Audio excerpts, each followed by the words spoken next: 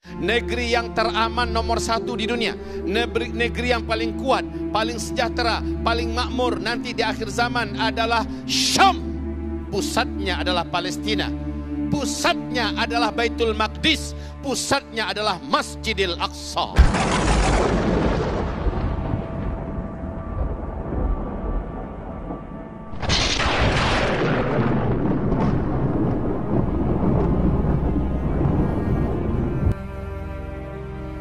Pada ketakutan. Baik hamba-hamba Allah, jadi kita fokus di sini ya, fokus di sini. Nah sekarang tolong di zoom 5 fase, start dan finish. Start adalah Nabi Muhammad diutus oleh Allah sebagai Nabi dan Rasul. Finish adalah berakhirnya seluruh umat Nabi Muhammad di muka bumi. Ini dia, start. Nabi Muhammad dalam usia 40 tahun Allah utus sebagai Nabi dan Rasul. Finish adalah wafatnya seluruh orang Islam yang ada iman di dalam dadanya secara serentak semuka bumi. Finish. Apa yang terjadi sebenarnya? Yaitu terjadinya tanda besar kiamat yang ke-7. Angin kematian yang berhembus dari Yaman. Angin ini lembut, sejuk, baunya bau wangi kasturi. Dengan cepat membungkus bumi. Kata Rasulullah, saat angin lembut ini membungkus bumi, siapapun orang Islam yang ada iman di dadanya, seberapapun kecil iman di dalam dadanya, angin ini pasti sampai kepada orang itu. Pasti sampai kepada orang itu. Ketika kulitnya tersentuh oleh angin, ketika terhirup olehnya angin lembut yang berbau wangi kasturi ini, saat itu di tempat itu juga dia langsung tergeletak meninggal dunia. Serentak seluruh orang Islam yang ada iman kepada Allah meninggal dunia. Maka setelah itu kata Rasulullah, 1 atau 2 generasi barulah terjadi kiamat besar, kehancuran alam semesta. Atau di cerita finish ini tidak ada lagi orang beriman yang tersisa hidup di muka bumi. Sudah habis semua. Ceritanya happy ending, kita husnul khotimah. Amin. Tolong jangan ada yang bertanya, Buya, kalau memang ujungnya semua kita serentak meninggal, lalu siapa yang ngurus jenazah kita? Kagak usah dipikir. Biarin itu mau diapain kayak kita sudah bersenang-senang di taman surga sambil menunggu malaikat Israfil meniup sangkakala kiamat pertama.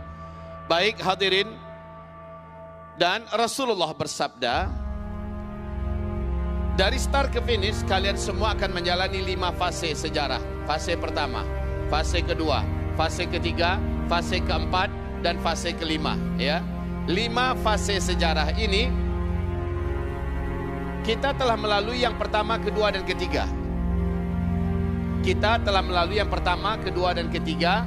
Yang pertama Nabi Muhammad langsung yang memimpin, lamanya 23 tahun. Nabi meninggal, masuk fase kedua, Khulafaur Rasyidin, lamanya 30 tahun. Setelah itu berpindah kepada fase kerajaan dan dinasti, lamanya 1227 tahun. Tanggal 3 bulan Maret tahun 1924, Maret ya, 1924, ini juga Maret 2024. Udah pas 100 tahun lewat beberapa hari. Ya, ini wahai hamba-hamba Allah, berakhirlah fase ketiga.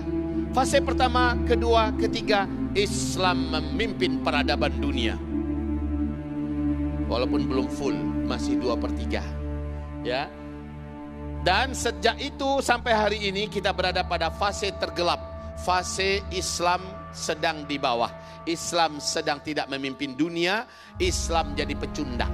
Kaum muslimin jadi bulan-bulanan. Ya, ujian terberat umat Nabi ada di fase keempat ini. Kita, kalau ada pernah mendengarkan Nabi berkata, aku rindu dengan saudara-saudaraku. Para sahabat berkata, ya Rasulullah, bukankah kami ini saudaramu?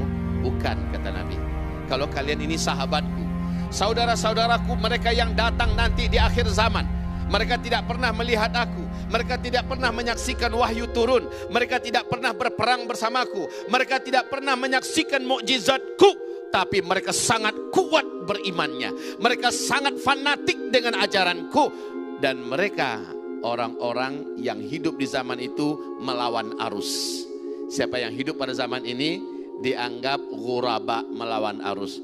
Orang yang bisa bersabar mempertahankan Islam, orang yang bisa mengamalkan Islam dengan baik pada masa itu, kata Rasulullah, berhak mendapatkan pahala 50 kali lipat pahala kalian pada hari ini. Kaget para sahabat. Kita duha, mereka duha, sahabat duha. Kita tahajud, sahabat tahajud. Tapi pahala tahajud kita, Pak, 50 kali lipat pahala tahajudnya para sahabat. Allahu Akbar. Syaratnya apa? Tolong berpegang erat dengan Islam. Tolong jangan tanggung-tanggung berislam. Jadilah muslim kafah, jadilah mukmin haqqan. Sampai kapan? Sampai kita menghembuskan nafas terakhir. Maka setiap pahala yang kita dapatkan 50 kali lipat pahalanya sahabat di amalan yang sama. Allahu Akbar. Baik, ini saking beratnya ya. Dan fase ini insya Allah berakhir. Kita masuk pada fase kelima. Fase kelima, fase dunia bagai bayang-bayang surga. Indah, nikmat, tidak ada satupun kejahatan di muka bumi. Jangankan ada negara yang perang, Pak. Jangankan ada negara yang perang, Bu.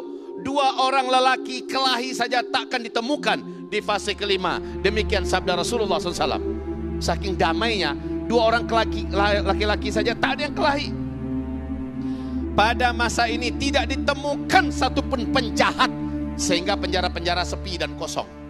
Pada fase ini semua rumah sakit sepi dan kosong. Sebab apa? Semua penyakit Allah angkat. Bahkan binatang buas pun Allah jadikan jinak. Kekayaan yang ada dalam perut bumi muntah seluruhnya ke permukaan. Kata Rasulullah, tidak ditemukan lagi satupun orang yang miskin. Rindu tidak suasana ini? Rindu tidak suasana ini? Tanpa perang, tanpa kecurangan, tanpa kezaliman, tanpa kejahatan, tanpa ada penjajahan, tanpa ada bencana. Ini semuanya terjadi di fase kelima. Fase Islam kembali memimpin seluruh dunia. Oke, kaum muslimin yang kami muliakan. Tapi ingat, fase ini juga tidak akan lama. Setelah dia muncul, kata Rasulullah, 7 sampai 9 tahun saja. Di antara itu kita pun semua mengalami finish. Baik Bapak Ibu yang kami muliakan, sekarang kita di fase keempat. Kita fokus ke fase keempat. Hadirin, ada apa di fase keempat? Dan apa hubungan dengan Palestina? Kami ingin mengatakan bahwa pas fase kelima nanti, di fase kelima nanti kata Rasulullah SAW, pusat pemerintahan Islam seluruh dunia nanti adalah di Palestina, di Baitul Maqdis.